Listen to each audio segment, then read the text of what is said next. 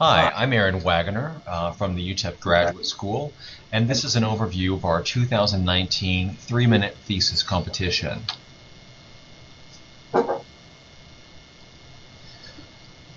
Today I'll provide a few reminders for graduate students about opportunities on campus. I'll provide a brief overview of the 3-minute thesis competition, including the eligibility and the process. I'll talk about how this is a similar thing to the elevator speech, which you might already be familiar with, and I'll take any questions you might have. First of all, I want to mention that our 3-minute thesis competition is part of our career prep thread of programming. This initiative includes programming for future faculty members, the annual Graduate Student Research Expo, 3MT, our apprentice teacher certificate, the Next Gen Summer Seminar for PhD students in the humanities and social sciences, as well as a variety of support consultations and resources, IDPs, skills development, etc., all to help you be successful in your career. A few announcements. The other three threads of our programming are grad community, we write, and funding. Associated with our grad community initiative, we have our next meeting of the Graduate Student Assembly on February the 26th at 2 p.m. The GSA is a great opportunity for you to advocate for yourself and get to know other graduate students doing fantastic work on campus. We Write includes all of our writing related programming. This Friday, February the 8th, in the Bloomberg auditorium at the ground level of the library, you can get to know your subject area specialist librarians and enjoy a tasty burrito. We've got several important deadlines coming up related to funding. If you are an eligible graduate student employee, it's important that you register for your health insurance immediately. The deadline for that is typically Census Day each semester. The Outstanding Teaching Award application deadline has been postponed to this Friday, February the 8th. The UTEP Graduate Scholarship deadline for application is February the 15th. And this semester's application deadline for the Dodson Research Grant is March the 22nd. Of course, let us know if you have any questions about any of these opportunities. So, 3-minute thesis originated at the University of Queensland, Australia in 2008. Basically, the continent was enduring a drought at the time, and there had been restrictions on water usage.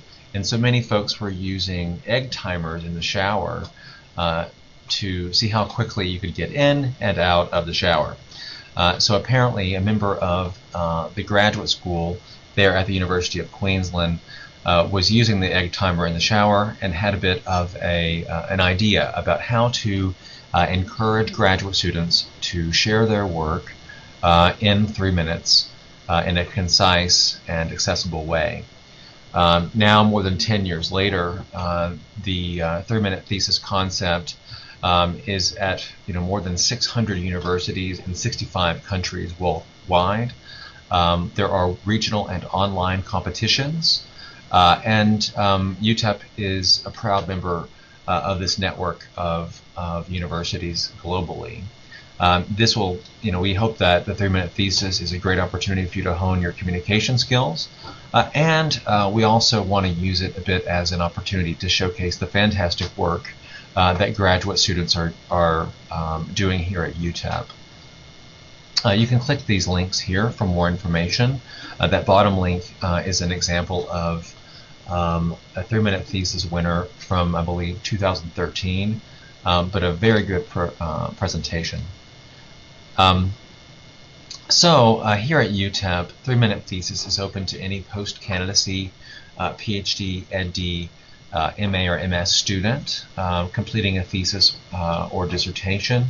What I mean by post-candidacy or post-proposal is that you need to have completed the other requirements toward your degree, or pretty close to completing those other requirements towards your degree in order to participate. We will make exceptions for other advanced students and those completing capstones and major research projects with the permission of your faculty mentor. For folks in PhD, ND, and traditional MA or MS programs, you need to have defended your thesis by March 27th to participate. Again, we'll make some exceptions possibly, but on a case-by-case basis.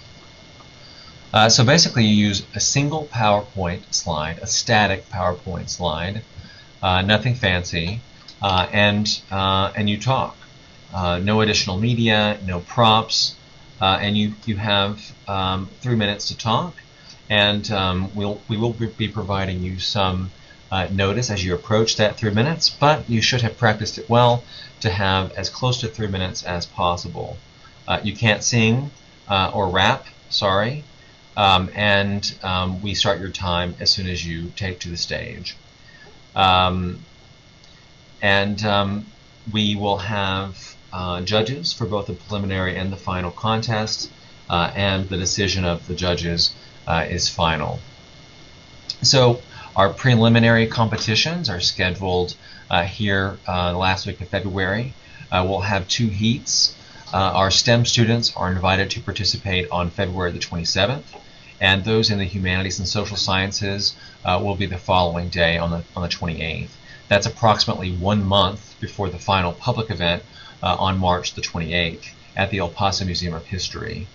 We encourage you to prepare well, and for that final event, your friends and colleagues are welcome to attend. Winners can get some money, $500 for the winner, $200 for the runner-up, and then the audience will vote for the People's Choice winner, and that will also come with a $250 award. So that means that you could win up to $750. I like to think that's similar in some ways to the elevator speech. It's sort of like an elevator speech, but for your research. We have spent some time teaching about the elevator speech here at UTEP in the graduate school, and so you may be familiar with this concept. Basically, I want you to imagine that you're at a conference in your field, and you're at the conference hotel. You walk into the elevator to head up to a reception upstairs, and a bigwig in your field walks into the elevator, and the doors close, and you have 30 seconds to introduce yourself and explain how your work is significant.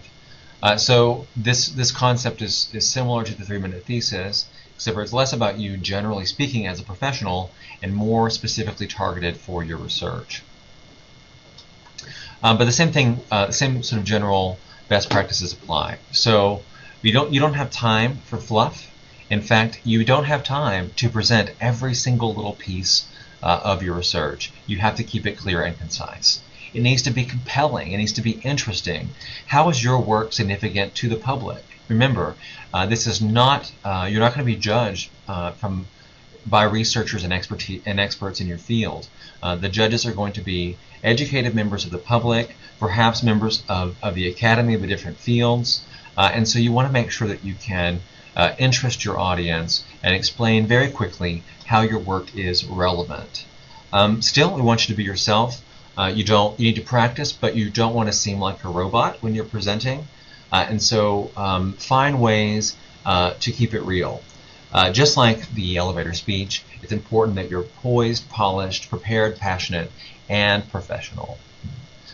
So we encourage you first, prepare a general version of what you're going to do, and practice with a friend or colleague. All right. Any questions from the audience?